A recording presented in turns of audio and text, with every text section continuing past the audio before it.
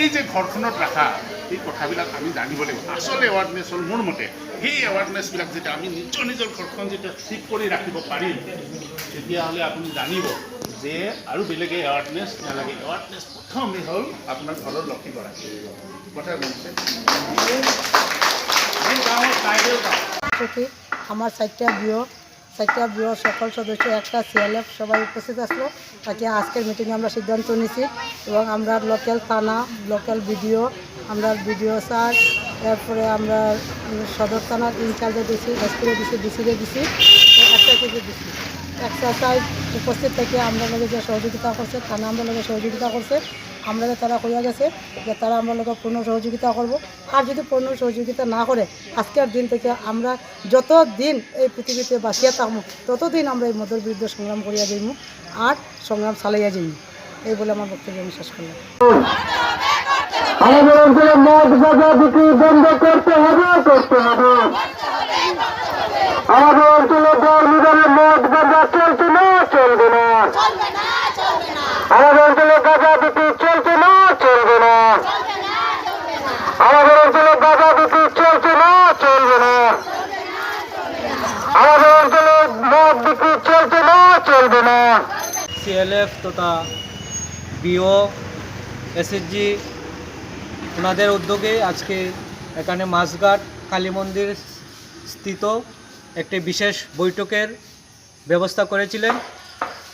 বৈঠকের মূল উদ্দেশ্য ছিল আমাদের অঞ্চলে যেভাবে পরিবেশ সমাজ যেভাবে বিচ্ছিন্ন নিষ্কাশ হয়ে যাচ্ছে, যে মদ গাঞ্জা ড্রাগস ওইগুলা সতর্ক করার জন্য ওগুলা বন্ধ করার জন্য ওনারা যে উদ্যোগ নিয়েছে আজকে এখানে ডিসি এসপি তথা আমাদের লোকাল যে থানা রয়েছে সকলকে ইনফরমেশন দিয়েছে।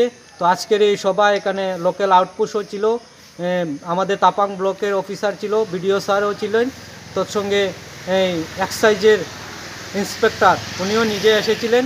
উনিও ওদেরকে পূর্ণভাবে সহযোগিতা করেছেন যে ওইটা কিভাবে বন্ধ করা যায়।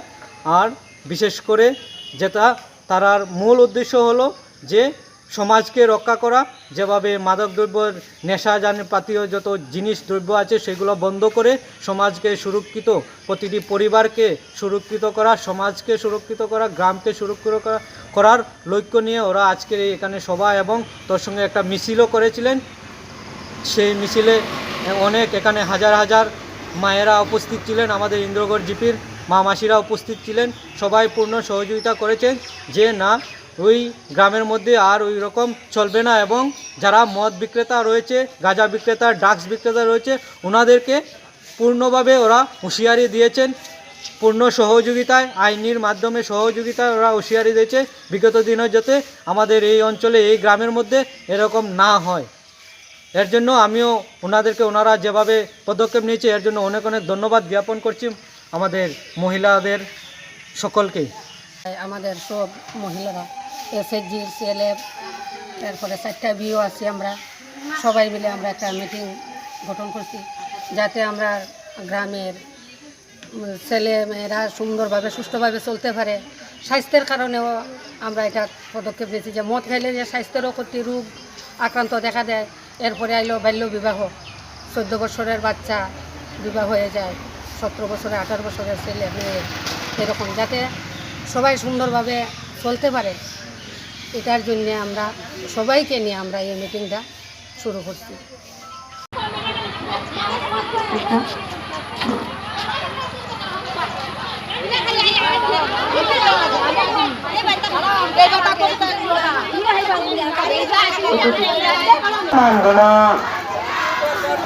মদ বিক্রি মানছি না, মানব না। গাঁজা বিক্রি মানছি না।